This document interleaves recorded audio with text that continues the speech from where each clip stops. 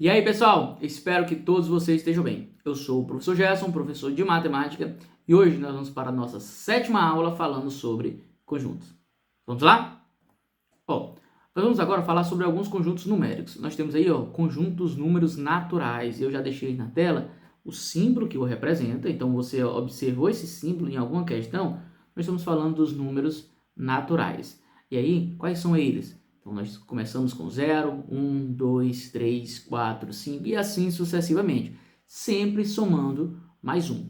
Esses conjuntos, pessoal, esse conjunto, ele é infinito, tá bom? Então, ele possui infinitos elementos e ele é formado assim.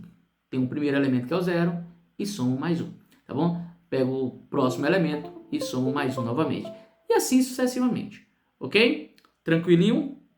Beleza, né? Agora eu tenho outro conjunto numérico, que é o conjunto dos números inteiros. Beleza, o conjunto dos números inteiros é quase como se fosse o conjunto dos números naturais, porém, nós temos ali, os naturais ali negativos, podemos dizer assim, nós temos aqui, menos 1, menos 2, menos 3, menos 4, menos 5, e assim sucessivamente, tá bom? Esse aqui também é um conjunto infinito, beleza? Então, nós damos exemplos aí de dois conjuntos que são muito importantes. E olha o símbolozinho dele aqui, Observou esse símbolo? Nós estamos falando dos conjuntos dos números, do conjunto dos números inteiros. Ok? Até aí tudo bem? Tranquilo? Nós temos dois conjuntinhos aí. Agora vamos lá. Tem outros conjuntos. Por exemplo, o conjunto dos números racionais. Olha como é que é formado aí o conjunto dos números racionais. Aqui já dá uma complicadinha, né?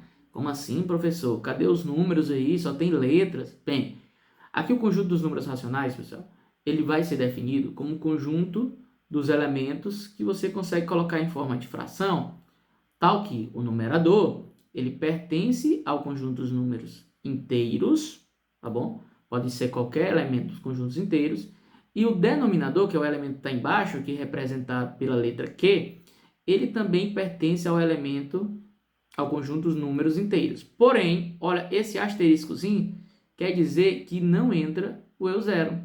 Então, o zero, ele não pertence a esse conjunto dos números inteiros, tá bom? O zero não vai pertencer a esse conjuntozinho, com asterisco. Beleza? Tranquilo? Ou seja, o denominador não pode ser zero, que isso a gente já sabia. Ok, vamos a alguns exemplos para ficar mais claro. Por exemplo, essa fração, 1 sobre 4. 1 sobre 4, ela pertence ao conjunto dos números racionais. Tá bom? É uma fração, ok? Numerador 1, denominador 4. Então, ok. Agora, observa esse outro aí, 0. O 0 também pertence aos números racionais. Você vai pensar, professor, como assim? Como que o 0 pertence aos números racionais se ele não está escrito em forma de fração? Sim, mas ele pode ser escrito em forma de fração. Você pode considerar o 0 como sendo 0 sobre 4, por exemplo. Aqui seria 0 dividido por 4, e 0 dividido por 4 é 0. Está escrito em forma de fração, então ele é o número racional, tá bom?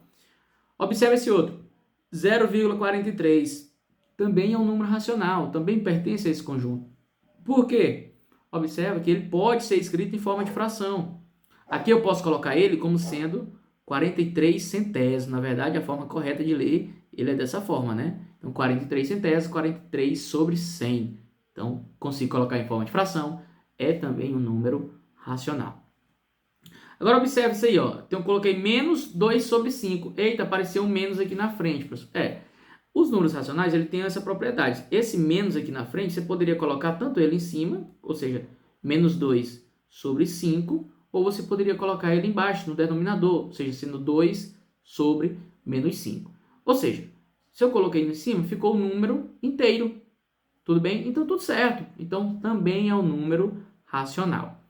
Tranquilinho até aí? Beleza? Então, veja que todos os exemplos aí eu estou conseguindo colocar em forma de fração. Olha esse 7. O 7 é um número racional? Sim. Então, eu consigo colocar ele em forma de fração. Como é que seria? Olha, eu poderia espertamente colocar ele como sendo 7 sobre 1, que é 7 dividido por 1. Tá bom? Então, realmente, ele é um número racional. Ou, poderia ser, outro exemplo, 14 sobre 2. 14 dividido por 2 também é 7. Então, também dá na forma de fração. Então, é um número racional. Ok? Agora, observa esse outro exemplo aí, pessoal. Coloquei aí, menos 1 0,44444. Esse número é um número racional? É. E o que é que indica essas reticências? Indica que esse 4 aí, ó, vai se repetir infinitamente, tá bom? Nós temos aqui, ó, o período, ele se repete indefinidamente. Então, aliás, infinitamente, tá bom? Então, nesse caso aqui, ele é também um número racional. Você vai pensar, eita, professor, mas como é que eu vou fazer para colocar esse número em forma de fração? Tem como? Tem, pessoal. Tem uma técnica para isso, tá bom? Esse caso aqui, nós vamos já ver como é que é a técnica para colocar esse número em forma de fração.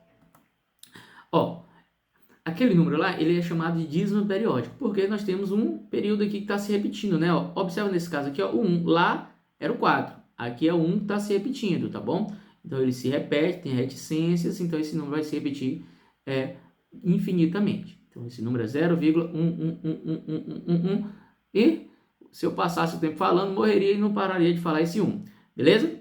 Agora é o seguinte, o que acontece? Como é que eu faço para escrever esse número em forma de fração? Eu estou dizendo que ele pertence aos racionais. Então, tem como eu colocar ele em forma de fração. Então, esse 0,111 é 1 sobre 9. Você pode fazer o teste aí. Pega 1 e divide por 9. Você vai observar que o resultado é justamente esse valor. Tudo bem? 1 sobre 9. Então, por exemplo, se você colocar 0,5555, então isso vai ser 5 sobre 9. Tá bom? Então, você pode fazer o teste. Faça o teste aí, ó. Pega o 5 e divide por 9. Você vai observar isso, tá bom? Vou até fazer aqui para vocês no cantinho da tela, ó. 5 dividido por 9. Olha o que, é que vai acontecer. Bem, o 5 é menor que o 9. Então, o primeiro resultado é o 0. Acrescento o 0, vem a vírgula. 50 dividido por 9 é exatamente 5. 5 vezes 9 é 45. Aí, olha o que acontece aqui. Sobra 5. E aí, para continuar essa conta, acrescento 0 e vai novamente, né? 50 dividido por 9, 5. 5 vezes 9, 45. E essa conta vai indo indefinidamente. Beleza? Então, nós temos aí, ó, um exemplo de um dízimo periódico e veja como é fácil. Então, estou vendo 1 repetir. Opa, vai ser 1 sobre 9. Só o 5, só um algarismo repetindo, então 5 sobre 9. Agora, a gente tem que ter um certo cuidado. Observa agora que nós temos 2 algarismos repetindo. É o 45. Tá bom? Então, como é que vai ficar? 45 sobre 99. 45 sobre 99, pessoal? Sim, porque agora nós temos 2 algarismos se repetindo. Por isso que a gente tem 2 números 9 no denominador. Tá bom? Deu para entender aí? Facinho, tranquilo. Então, por exemplo, se eu tivesse 0, aí eu vou colocar aqui, ó, 72, 72, 72 e assim por diante. Então, opa, tá com um probleminha aqui a mesa, mas acho que dá para entender, né? Então, como é que seria esse número em forma de fração? É 72 sobre 99. Você pode fazer o teste dividindo. Pega o 72 e divide pelo 99. Você vai observar justamente isso. Tá ok? Outros exemplos. Agora observa um detalhe. Olha esse detalhezinho aqui, ó. É 0, aí, ó, depois da vírgula, eu não já vou pro período que se repete, não. Eu tenho aqui a parte não periódica, ou seja, o valor que não se repete, tá bom? O que está se repetindo aqui, nesse caso, é só o 45, o 0 não. Aí a gente tem que ter cuidado. Quantos algarismos não estão se repetindo? Um algarismo não se repete. Então, observe, eu vou colocar o algarismo que está se repetindo, os algarismos, né, que é o 45, e aí, ó, como são 2, vem o 99, e como eu tenho um algarismo depois da vírgula que não se repete, então eu coloquei o 0, tá bom? A quantidade de zeros vai depender da quantidade de algarismos que não estão se repetindo. Até aí tudo bem? Beleza, né? Até aí tá fácil. Vamos colocar outro exemplozinho, ó. Se eu tivesse assim, ó, 0,00, aí eu começo aqui, ó, 375, 375 e assim sucessivamente. Quem está se repetindo é o 375. Então, nesse caso aqui, nós vamos ter 375. Então, temos 3 algarismos se repetindo. Então, vai ficar 9, 9, 9. Agora, observa que depois da vírgula e antes de chegar no período, ou seja, naqueles números que estão se repetindo, nós temos a parte não periódica. Nesse caso aqui, ó, são 2 algarismos. Então, por isso, vem 2 zeros. Ok? Facinho? Então, se você dividir, você vai observar exatamente isso. Agora vamos aqui a um outro exemplo. Nesse exemplo a gente tem que ter cuidado, tá bom? Porque nesse caso aqui, a parte não periódica não é zero, tá bom? Observe que nós temos aqui o 1 na parte inteira, e nós temos o 2 aqui na parte não periódica, depois da vírgula, né? Então, temos o 2. E aí depois a gente tem os algarismos que estão se repetindo, que no caso é o 43, ok? Aí, eita, e agora? O que é que eu vou fazer? Esse caso é diferente. Posso só fazer do mesmo jeito? Não, não pode. Quando os outros algarismos que não se repetem forem diferentes de zeros, a gente tem que usar outra tática. Mas essa tática aqui, pessoal, é muito fácil mesmo, bem tranquilo. Vou apagar para vocês observarem o que vai acontecer. Aí vale a parte de decorar mesmo, porque você está fazendo prova. Tem um outro caminho que é mais complicado, mas aqui fica bem mais tranquilo. Ó, você vai fazer o seguinte, você vai pegar tudo, o que se repete e o que não se repete. Então, nesse caso aí, ó, 1 não está se repetindo, o 2 também não, aí o 4 e o 3 está se repetindo. Então, pega tudo isso. Então, vai ficar aí, ó, 1243. Considera ele sem a vírgula. Aí você vai diminuir pelos números que não estão se repetindo. Então, menos 12. E agora você vai observar. Quantos algarismos estão se repetindo? Não são 2? Então, 2 noves no denominador. E olha aqui, ó, depois da vírgula, desculpa. E antes de chegar nos algarismos que estão se repetindo, quantos algarismos nós temos? Um algarismo. É o número 2, o algarismo 2. Mas é um algarismo só que não se repete. Então, por isso, 1, 0. Ok, vamos fazer a conta de cima. 1243 menos 12. Aí isso vai dar 1231. Então, vai ficar 1231 sobre 990. Bem, aqui você tem que treinar para realmente determinar o valor correto, tá bom? Agora nós vamos falar sobre os números irracionais.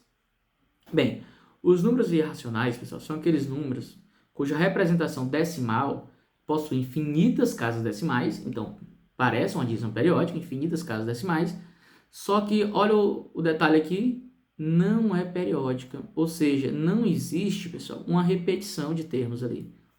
Não existe uma parte que vai se repetir direto, tá bom? Então, um exemplo aqui, ó, olha aqui, ó. 1, aí 2, 3, 4, 5, 6, 7, 8, 9, 10, 11. Então, o próximo seria 12, 13, 14. Aqui tem reticências, né? 12, 13, 14, 15, 16, 17, 18, 19, 20, 21. Observe que eu estou falando dos números naturais, né? Então, eles não vão se repetir. Então, se essa ordem continua infinitamente, eles não se repetem, tá bom? Então, nesse caso aqui, esse é um número irracional. Eu não vou conseguir colocar esse número em forma de fração, cujo o numerador e o denominador são números inteiros, cujo denominador é diferente de zero, tá bom? Então, não consigo fazer isso. Agora, olha outros exemplos de números irracionais, desculpa. Temos 6,202002002, aí 00002. Então, também, ele não segue uma ordem, não segue um padrão. Olha esse outro, 34,56, 7, 8, 9, 1, 0, também não segue um padrão. Raiz quadrada de 2 também é um número irracional. 1 mais raiz quadrada de 2 também é um número irracional. Na verdade, a raiz quadrada de qualquer número primo, ele é um número irracional. Os números primos são aqueles números que só possuem dois divisores, ele mesmo e o 1.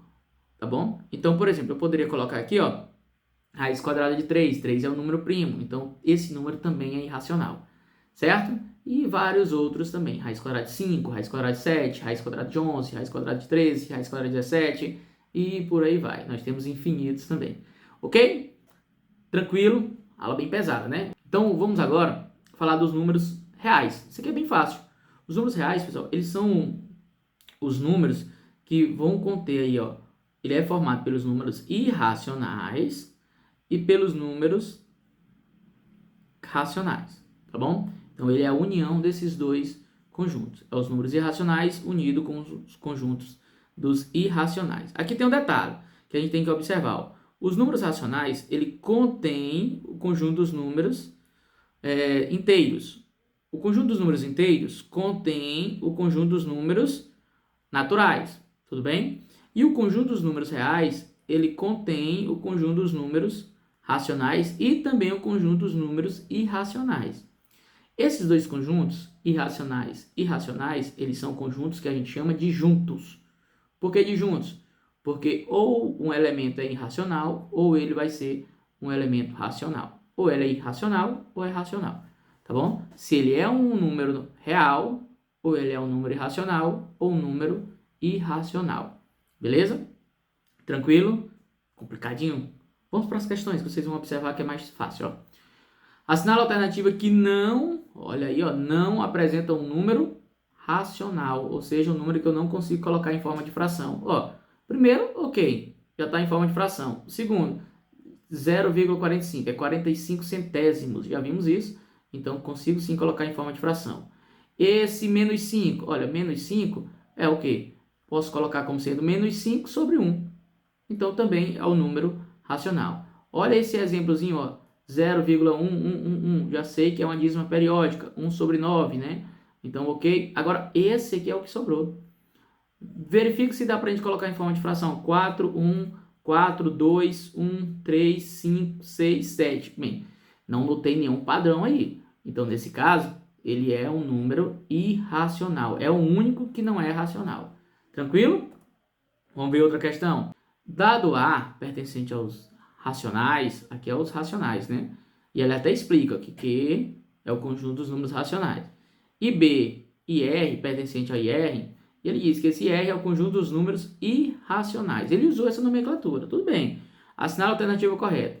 Aí, olha aqui, ele diz que A, pontinho B, é A vezes B, pertence aos racionais, aos irracionais. Como é que você vai saber se eles pertencem ou não aos irracionais? Aí você vai fazer um teste, por exemplo. Eu poderia dizer que o zero, A poderia ser zero. A pode ser zero, não pode? Pode. A pode ser zero, porque zero pertence aos racionais. Então eu poderia dizer isso, que A é zero. Só que se você fizesse o zero vezes qualquer número, o resultado é zero. Tá bom? O resultado é zero. E zero, pessoal, ele não pertence aos números irracionais, que ele escreveu assim, ó. Tá bom? Ele é um número racional. E lembra, ou ele é racional ou irracional. Beleza. Agora, A mais B. A mais B pertence aos racionais? Não, eu dei até um exemplo, né? Por exemplo, se eu tenho 1 mais raiz quadrada de 2. Então, 1 mais raiz quadrada de 2. Então, esse número pertence aos racionais. E o raiz de 2, ele pertence aos números irracionais. Entretanto, quando eu somo esses dois, então nós temos aqui um número que ele pertence aos números irracionais. Tá bom? Eu já dei até esse exemplo. Então, não pode ser A, não pode ser B. E C? Bem, C entraria na mesma regrinha, né? Só que muda, no lugar de mais, menos. Mas mesmo assim, seria a mesma coisa. Então, nós encontramos exemplos que não são racionais.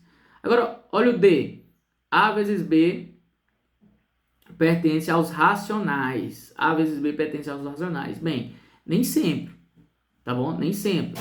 Pode ser o caso que não. No caso do zero, ok. Mas aí você poderia trocar por 1. Então, ó, se o A fosse 1, e aí o outro fosse raiz quadrada de 2. Então, observa que 1 vezes raiz quadrada de 2 é o próprio raiz quadrada de 2, que pertence aos irracionais. Então, nesse caso, a letra D também é falsa.